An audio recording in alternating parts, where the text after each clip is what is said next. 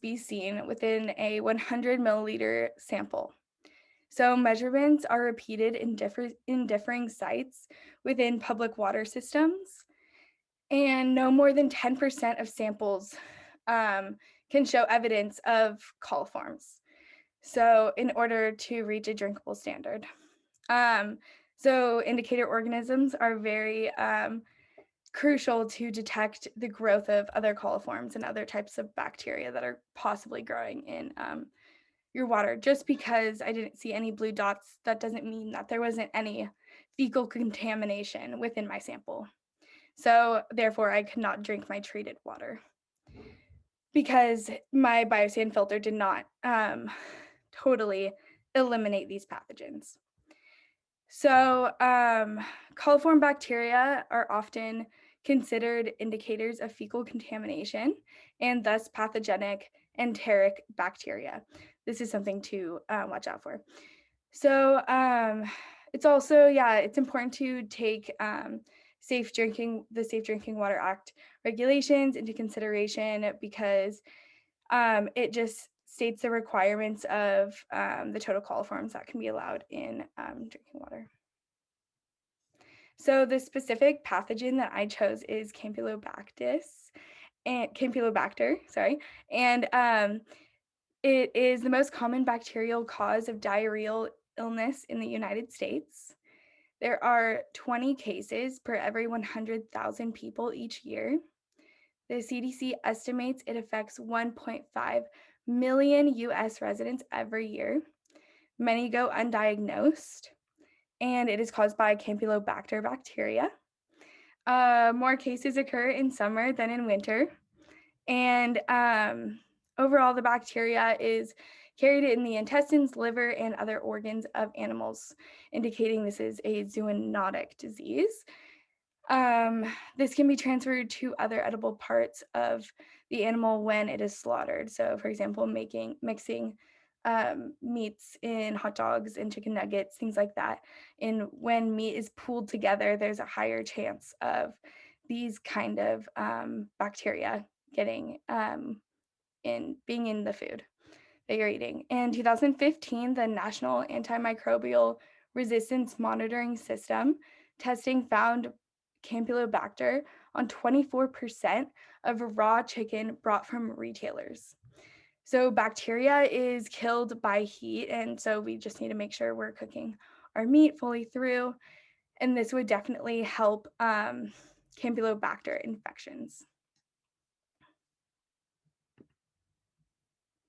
So again, the source, it's a zoonotic disease, comes from the organs of warm-blooded animals, indirect transmission, and again, the most common transmission is from chicken to human. So something to consider if you are a meat eater and if you are eating chicken. So a lot of cases are sporadic, making it really hard to detect patterns in the Campylobacter within food infections, causing food infections. So in its pathogenic state, some clinical symptoms would be stools with blood, pus, or mucus, persistent or reoccurring diarrhea, which we learned, can be really detrimental in dehydration of the body, nausea, fever, vomiting, cramping, abdominal pain, urgency to have bowel movements, post-infectious irritable bowel syndrome. Further complications would include bacteremia, which is the presence of bacteria in the blood, and hepatitis, pancreatitis, and again, it's most fatal in young children, elderly, and immunocompromised individuals, which we see a lot with these in microbiology and learning about the diseases and how they affect the body.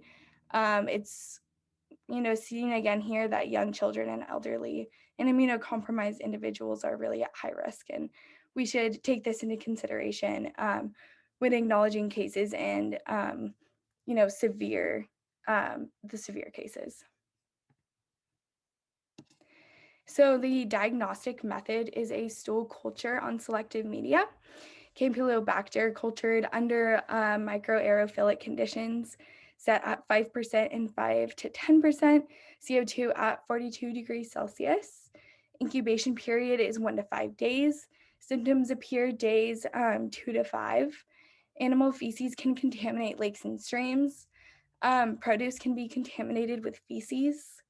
1 in 5 Campylobacter infections reported are associated with international travel, which is very interesting because it's really common that people get really sick when they travel to other countries because drinking standards are not the same everywhere.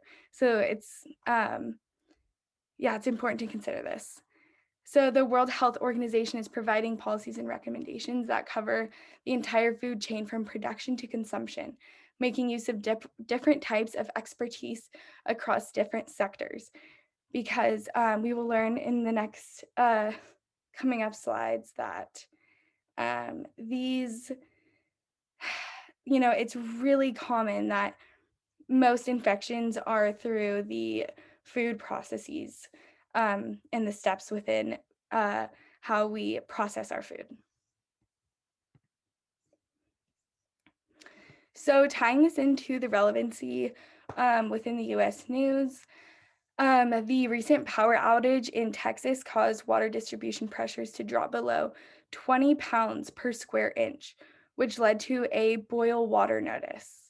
To kill or inactivate Campylobacter, bring your water to a roiling boil for 1 minute or to 3 minutes. The San Antonio water system planned to shut down its water distribution centers, citing success in restoring safe water conditions in more than 80% of its service area. So this left 8.7 million people under boil water notices in Texas.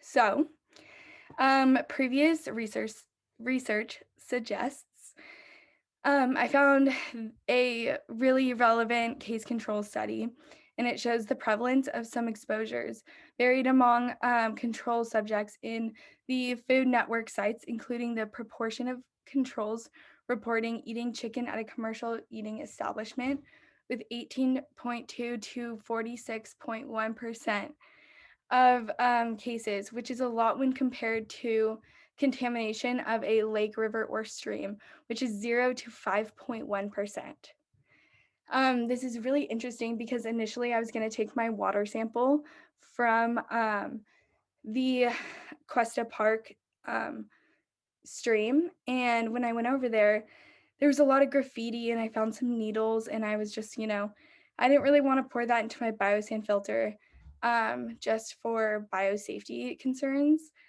Um, but after doing some literature reviews, it's very interesting to see. I mean, these toxins aren't related to Campylobacter. I mean, they can't be good, but specific Campylobacter infections are really linked to eating chicken and commercial processing of meats.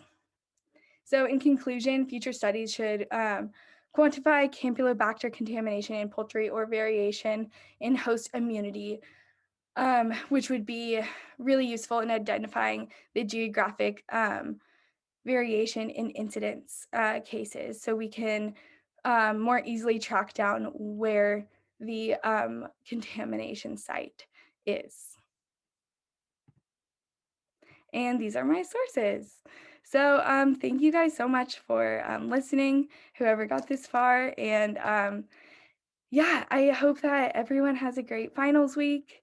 And thank you for coming to my presentation.